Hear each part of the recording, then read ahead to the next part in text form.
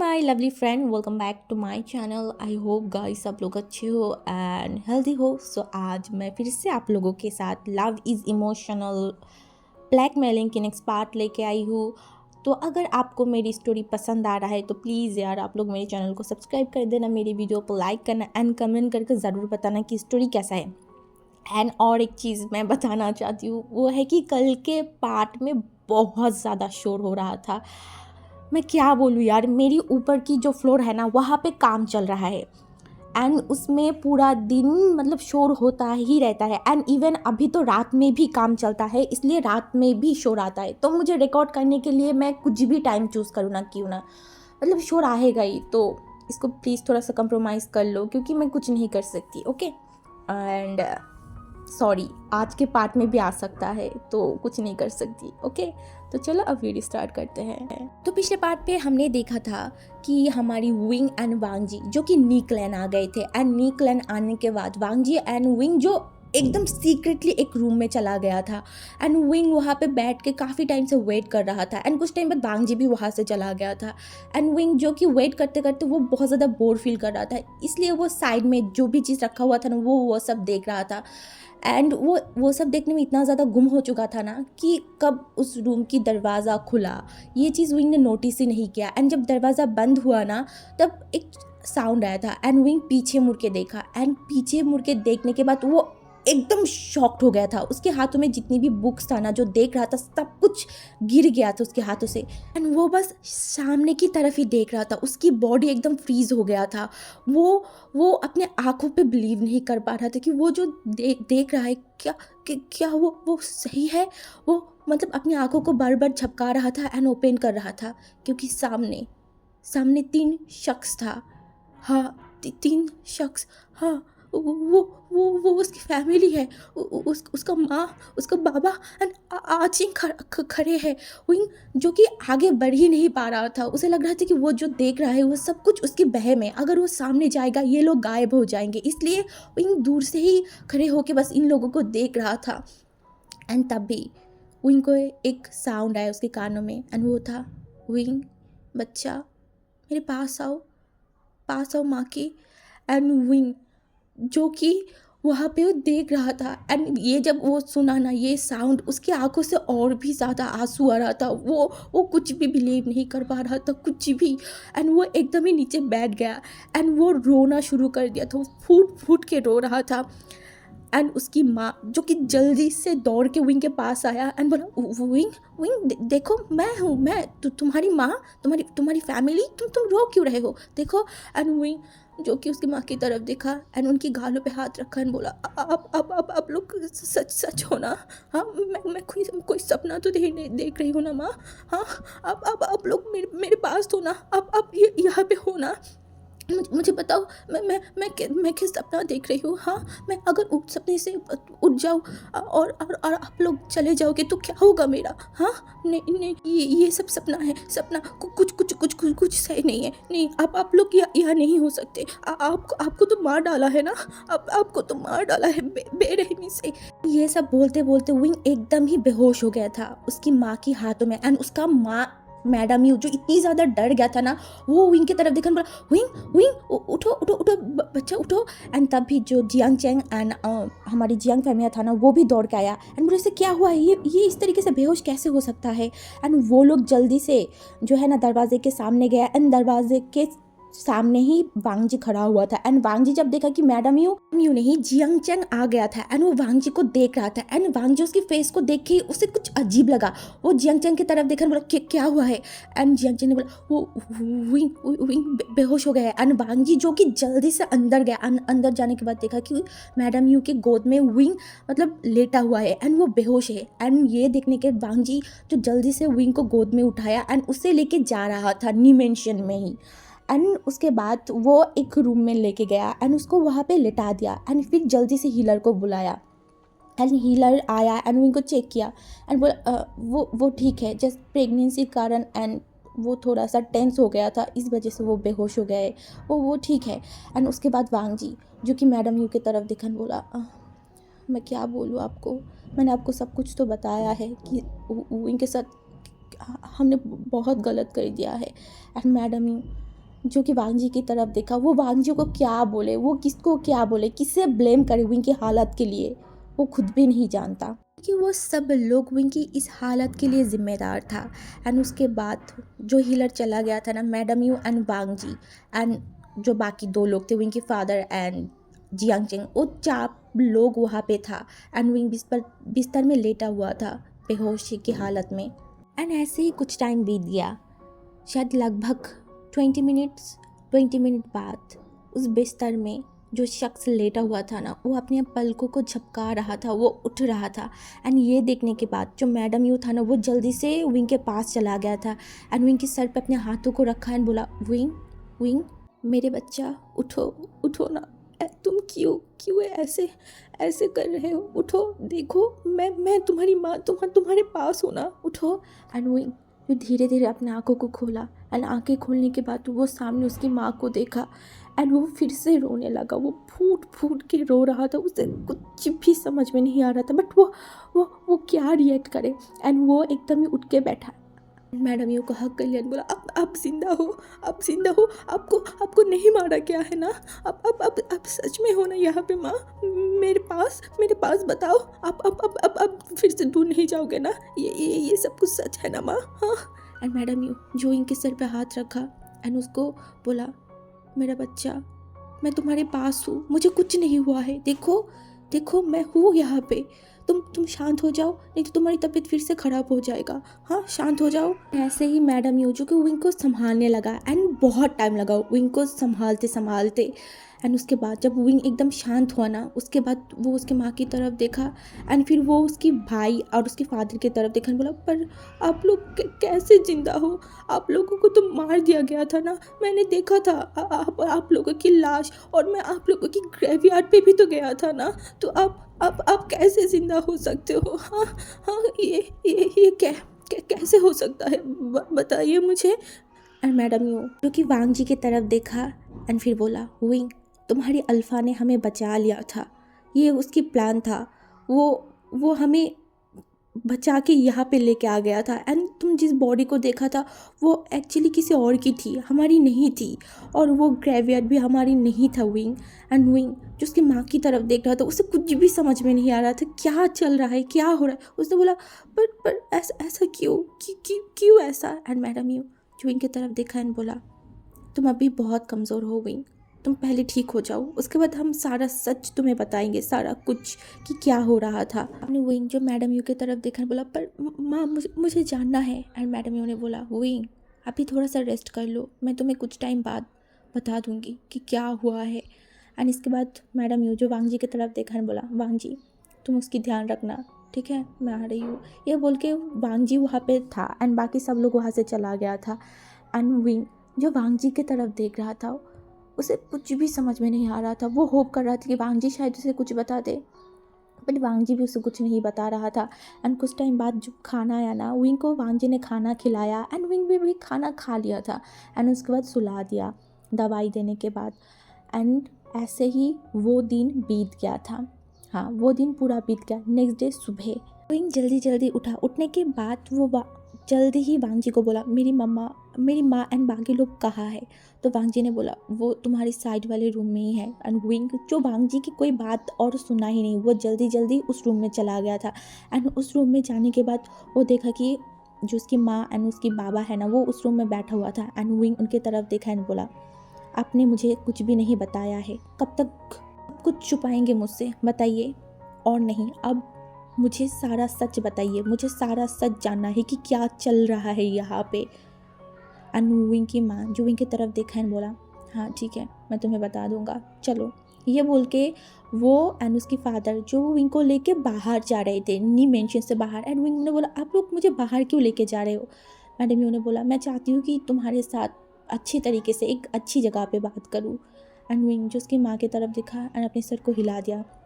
उसके बाद वो लोग चलते चलते नीक लैंड की ही एक छोटा सा जगह है जो बहुत ज़्यादा ब्यूटीफुल था। वहाँ पे एक पॉन्ड था एंड कुछ पेड़ भी लगा हुआ था फूलों की। एंड वो जगह बहुत खूबसूरत लग रहा था। मैडम यू एंड जो जियांग फैमिया था वो लोग वहाँ पे चला गया था। एंड विंग जो उसके पेरेंट्स की तरफ देखा बोला, अब मुझे बताइए क्या हुआ। क्या बताना चाहते हैं आप मुझसे, क्या छुपा रहे हैं, बताइए। एंड विंग की माँ जो इनके हाथों को एकदम कस के पकड़ लिया था, बोला मैं तुम्हें जो भी बताने वाली हूँ उसके बाद प्लीज़ हमें माफ़ कर देना, हाँ कर दोगे ना हमें माफ़। अनविंग जो अपनी माँ की तरफ देखा बोला पहले मुझे बताइए क्या हुआ है, किस बात की माफ़ी। एंड मैडम यू जो इनकी तरफ देखा बोला आई एम सॉरी विंग, हम जो कर रहे थे हम सिर्फ हमारी क्लैन एंड हमारी लोगों के बारे में सोच रहे थे। मैं इन सारे सोचों में मैं ये भूल ही गई थी कि इस क्लैन एंड बाकी सबसे भी ज़्यादा इम्पोर्टेंट मेरे लाइफ में मेरा बेटा था मैं तुम्हारे बारे में सोचना भूल ही गई थी। एंड इस वजह से आज तुम्हारे साथ इतनी गलत हो गया है। अगर मैं तो तब तुम्हारे बारे में सोचती तो ऐसा नहीं होता, ऐसा नहीं होता। तुम्हारे साथ जो भी हुआ है, तुमने जितनी भी सफ़र किया है, इन सब के लिए जिम्मेदार हम हैं, हम अकेला वांग जी नहीं। एंड वहीं जो उसकी माँ की तरफ देखकर बोला माँ आप किस बारे में बात कर रहे हैं, आप मुझे खुल के बताइए ना, मुझे कुछ समझ में नहीं आ रहा है। तो मैडम यू जो इनकी तरफ देखा एंड बोला मैं तुम्हें सब कुछ बताऊंगा, सब कुछ। एंड उसके बाद वो विंग को एक जगह पे बैठा दिया था एंड बोला मेरी बात गौर से सुनना, हाँ ठीक है ना बेटा। एंड विंग उसकी सिर को हिला दिया था। उसके बाद मैडम यू जो जियांग फैमिया की तरफ देखा एंड फिर वो एक लंबा सा ब्रीथ लिया एंड बोला बात तब की है जब लान वांग जी किंग बना था। तुम्हें पता है ना जब लान वांग जी किंग बना था उससे पहले हर एक सेक्ट की क्या हालत हो रहा था, हर एक सेक्ट बहुत बुरी तरीके से जूझ रहा था प्रॉब्लमों से। एंड विंग जो बोला हाँ माँ मैं जानती हूँ। तो वहाँ फिर मैडम यू ने बोला हाँ तो कहीं ना कहीं वो सब कुछ वहाँ से ही शुरू हुआ है विंग।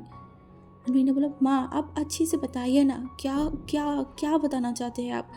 तो मैडम यू ने बोला तो जब लान वांग जी किंग बना था उसके बाद लान वांग जी जो कि धीरे धीरे बहुत कुछ सॉल्व कर रहा था हर एक प्रॉब्लम को। तुम्हें पता है ना बहुत सारी क्लैन ऐसे भी थी जो नहीं चाहता था कि इतनी कम एज में लान वांग जी क्वीन बने, मतलब किंग बने। एंड विंग ने बोला हाँ। तो मैडम यू ने बोला तब लान वांग जी को सबसे ज़्यादा मदद कौन किया था तुम्हें पता है ना। विंग ने बोला हाँ हमारी क्लैन। एंड हमारी मैडम जो यू है उसने बोला हाँ एग्जैक्टली तब वांग जी की अगर कोई सबसे ज़्यादा मदद किया था वो है हमारी क्लैन, क्योंकि मैं वांग जी के मदर फादर को बहुत अच्छे से जानती थी, वो मेरी फ्रेंड थी। तो मैं चाहती थी कि उनके ही बेटे में से कोई एक किंग बन जाए, इसलिए हमने लान वांग जी को चूज़ किया था। एंड लान वांग जी को उससे पहले भी तो हम जानते थे ना, हमारी सेक्ट में पढ़ने आया था, वो बहुत अच्छा लड़का था, इसीलिए हमने डिसाइड किया हम उन्हें ही बनाएंगे। एंड फिर उसके साथ साथ मैंने और तुम्हारे बाबा ने जो नी क्लैन है एंड वैन क्लैन है उनको भी मना लिया था। बट जो जिन क्लैन था ना वो किसी भी हालत में लान वांग जी को किंग बनने नहीं दे रहा था। फिर जब मेजर वोट हुआ जहाँ पे हम सब ने बताया कि हमें लान वांग जी ही किंग देखना है, तब जो जिंग गोनशाओ है ना वो इस चीज़ से बहुत ज़्यादा गुस्सा हो गया था। बट हमने सब कुछ नॉर्मली लिया, हमें लगा कि सब कुछ ठीक है, पर ऐसा नहीं था। जिन गोनशाओ जो कि धीरे धीरे अपनी डेविलिश प्लान को कर रहा था। सबसे पहले जो कुरैन है ना उसको अपने हाथों में कर लिया। कुरैन को वो पता नहीं क्या कुछ बोला है। उसके बाद कुरैन जो कि जो जिन गोनशाओ है ना ज़्यादा ही उसकी बातें करने लगा था। एंड लान वांग जी को मतलब हर चीज़ में वो फोर्स करता था, हर चीज़ में। जब भी जिन गोनशाओ एंड कुरैन की बातें होता था उसके बाद ही कुरैन आके वांग जी को कुछ ना कुछ ऐसा बोल देता था जो कि वांग जी करना नहीं चाहता था। एंड ऐसे ही बढ़ता गया। जिन गोनशाओ की वजह से पहले नी क्लैन के साथ लैन क्लैन की प्रॉब्लम हुआ, उसके बाद वैन क्लैन के साथ। एंड सबसे ज़्यादा जिन क्लैन को पता था कि हम करीब है, इसीलिए उसने टारगेट किया हमें, क्योंकि उसे पता था अगर हमें वो यहाँ से हटा देगा तो उसके प्लान वो किंग बन जाएगा। यही वो करना चाहता था एंड यही उसकी प्लान था।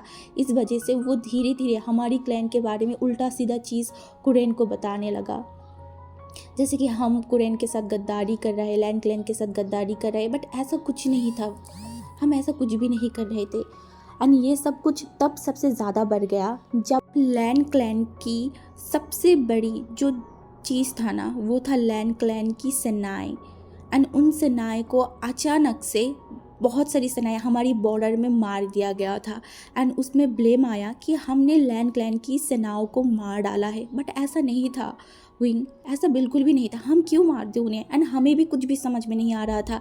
एंड हर जगह से बस यही आ रहा था कि आप लोगों के क्लैन ने ही मारा है, आप लोगों ने ही मारा है, इसके सिवा कौन मार सकता है। एंड उसके बाद जो लान वांगजी है वो हमारी क्लैन में आया था, जो कि बहुत सीक्रेट था, तुम्हें भी नहीं पता। एंड उसके बाद लान वांगजी जो सारी कुछ को जज किया, जाना, एंड फिर उसे भी लगा कि नहीं ये सब कुछ गलत है, हमने ऐसा नहीं किया है, क्योंकि वो हमें जानता है, हम तो उसके मास्टर थे ना, हमने उसे पढ़ाया था, उन्हें उसे पता है हम कभी कोई गलत नहीं कर सकते। एंड मैं हमेशा से लान वांगजी के साथ थी। एंड उसके बाद लान वांगजी जो बोला कि जो भी ये सब कर रहा है ना, वो चाहता है जियांग क्लैन को लैन क्लैन के सामने बहुत नीचा दिखाने के लिए, या फिर लैन क्लैन के साथ जियांग क्लैन की कुछ तो प्रॉब्लम क्रिएट करने के लिए, यही उसका मोटिव है। और लान वांगजी ने बोला जो जैसा चल रहा है उसे वैसे ही चलने देने के लिए, बस इसमें हम और लान वांगजी एक साथ है, ये किसी को पता नहीं चलना चाहिए। एंड हमने भी वो सब कुछ मान लिया, क्योंकि कहीं ना कहीं मैं भी मेरी जो क्लैन था एंड क्लैन के लोगों था उनके बारे में ही सोच रही थी। एंड लान वांगजी भी पूरे सब सेक्ट के बारे में सोच रहा था, उसे कल्प्रिट को पकड़ना था कि कौन ऐसा कर रहा है, क्यों कर रहा है। एंड धीरे धीरे जो कि प्रॉब्लम और भी ज़्यादा बढ़ने लगा था जियांग क्लैन में। तुमने ही तो देखा है ना विंग, हर कुछ टाइम बाद कुछ ना कुछ बहुत बड़ी बड़ी प्रॉब्लम होता था, जैसे कि हमारी चीज़ हमारी क्लैन से गायब हो जाना, या फिर दूसरी क्लैन की चीज़ हमारी क्लैन में आ जाना। तुमने देखा ना कैसे क्या हो रहा था। उसके बाद हमारे साथ वैन क्लैन की भी तो प्रॉब्लम हुआ था, अभी तो तुमने देखा था विंग। एंड हम ये सारी चीज़ के बारे में लान वांगजी और हम बात कर रहे थे। धीरे धीरे हमने एक दूसरे के साथ बातें करना और भी शुरू कर दिया था। एंड लान वांगजी जो कि थोड़ा बहुत उसे ऐसा लग गया था कि इन सारी चीज़ों में कहीं ना कहीं जिन है। एंड वैसा ही हुआ। एक दिन वांगजी को पता चला कि ये सब जिन कर रहा है, बट उसके पास प्रॉपरली कोई सबूत नहीं था, इसीलिए वो कुछ भी नहीं कर पा रहा था। एंड दूसरी तरफ कुरैन जो कि जिन क्लैन के लिए बहुत ज़्यादा प्रोटेक्टिव हो रहा था, वो जिन गोंगशाओ के हाथों की पुतली बन गया था। जिन गोंगशाओ उसे जो भी कह रहा था वो वही मान रहा था। एंड लान वांगजी की शादी जो है वो मियाँ मियाँ के साथ फिक्स कर दिया था, बट लान वांगजी जो ऐसा नहीं करना चाहता था। लान वांगजी मुझे बहुत पहले ही बताया था कि वो तुम्हें पसंद करता है, तुमसे वो शादी करना चाहता है। एंड मैं भी वो सारी चीज़ों को मान लिया था। एंड उसके बाद जो लान वांगजी था ना, उसने बोला कि उसके पास कुछ सबूत आया है, एंड उस सबूत के मुताबिक हमारी क्लैन लैन क्लैन के खिलाफ युद्ध करने वाला है बहुत जल्दी। एंड वो सुनने के बाद मैं एकदम ही शॉक्ड हो गई थी। तुम्हारी बाबा तो और भी ज़्यादा, वो कुछ भी सोच नहीं पा रहा था कि ये चल क्या रहा है, कौन है जो मतलब जियांग क्लैन की इतनी बड़ी दुश्मन है। एंड वांगजी तब हमें बताया था कि वांगजी जो है बहुत जल्दी हमारी क्लैन के ऊपर हमला करने वाला है। एंड हम जो कि ये सब चीज़ों को ऐसे दिखाएंगे कि हमें कुछ भी नहीं पता था, अचानक से ये सब कुछ हुआ। एंड उसके बाद तो जो हुआ है तुम्हें पता ही है ना विंग। एंड विंग जो मैडम यू की तरफ देख रहा था, उसे अपने कानों पे बिलीव नहीं हो रहा था कि उसके पीठ पीछे इतना सारा कुछ चल रहा था। एंड वो अपनी माँ की तरफ देखा एंड बोला तो आप लोगों ने मुझे क्यों नहीं बताया इस सब के बारे में? हाँ, मुझे क्यों अंधेरे में रखा? हाँ माँ, मेरे बारे में भी तो सोचना चाहिए था ना आपको। मैं आपकी ही बेटी ओमेगा बेटा था ना, तो मेरे बारे में क्यों नहीं सोचा? आपको पता भी है मैं कितनी ज़्यादा सफ़र कर रही थी। आप लोगों ने आपके क्लैन के बारे में, अपने लोगों के बारे में सोचा, बट अपने आपके खुद की बच्चे के बारे में नहीं सोचा। आपको पता है माँ, मैं हर टाइम अपने आप को ब्लेम करती थी। मैं लान वांगजी को ब्लेम करती थी। मैं कितनी ज़्यादा सफ़र किया है आपको पता भी है माँ। और और आपको पता है जिस दिन मैं आपकी लाशों को देखा था, मैं कितनी ज़्यादा डर गई थी। मुझे खुद ऐसा लग रहा था कि मैं भी मर जाऊँ। और आपको पता है मैं मरने भी गया था। मैं मरने भी गया था, आपको पता भी है कुछ माँ। आप लोगों ने ऐसा क्यों किया? अगर आप मुझे बताते, क्या मैं नहीं समझती? मैं इतनी भी तुम ना समझ नहीं हूँ ना माँ, आपको मुझे बताना चाहिए था। आपको नहीं पता माँ, मैंने क्या कुछ सफ़र किया है, मैंने क्या कुछ बर्दाश्त किया है माँ। आप लोग ने मेरे साथ बहुत गलत किया, बहुत ज़्यादा। ये बोल के वो रोने लगा। एंड उसके पास आया, उसे हक के बोला, आई एम सॉरी बेटा, यही तो मेरी सबसे बड़ी गलती है। मैं मेरे क्लैन के बारे में सोचते सोचते मैं अपनी ही औलाद को बर्बाद कर दिया। मैं तुम्हें बर्बाद कर दिया बेटा। जब कल लान वांग जी ने मुझे सारा कुछ बताया तब मुझे ऐसा लग रहा था कि मैं अपने आप को मार दूँ बेटा। मैंने तुम्हें बहुत बहुत ज़्यादा ही परेशान किया, मैं तुम्हें बहुत हर्ट किया बेटा। इसकी वजह से मैं सॉरी फील करती हूँ। मैं तुमसे माफ़ी भी मांगना चाहती हूँ, प्लीज़ मुझे माफ़ कर दो ना। विंग जो अपनी माँ के अपनी माँ बाप की तरफ देखा एंड बोला माफ़ी, कैसे माफ़ कर दूँ मैं आप लोगों को? हाँ, मेरी हालत देख रहे हैं आप, मैं ज़िंदा लाश बन चुकी हूँ। मैं आप लोगों को माफ़ कर दूँ? कैसे माँ, कैसे? मैं नहीं कर सकती। मैं किसी को भी माफ़ नहीं कर सकती, ना मैं अपने आप को माफ़ कर सकती हूँ, क्योंकि मैं मेरे अपने ही औलाद को मार डालना चाहती थी। अब तो मुझे ये लग रहा है कि काश दिन मैं अपने आप को नहीं मारने चाहती तो बहुत अच्छा होता। मैं आप लोगों के वजह से मैं अपने आप को और मेरी होने वाले बच्चे को मार डालना चाहती थी। हाँ, अच्छा हुआ कि मैं बच गई। और अगर मैं मर जाती तो मैं ऊपर वालों को क्या जवाब देती कि मैं अपने बच्चे को मार डाला। मैं एक खूनी बन जाती, मैं आप लोगों के जैसे माता पिता बन जाती जो अपने बच्चों के बारे में कभी नहीं सोचा, जैसे आपने मेरे बारे में नहीं, बिल्कुल भी मेरे बारे में नहीं सोचा। बट मैं आप लोगों को बिल्कुल भी माफ़ नहीं कर सकती, ना मैं आपको और ना मैं लान वांग जी को, किसी को भी माफ़ नहीं कर सकती, कभी भी नहीं।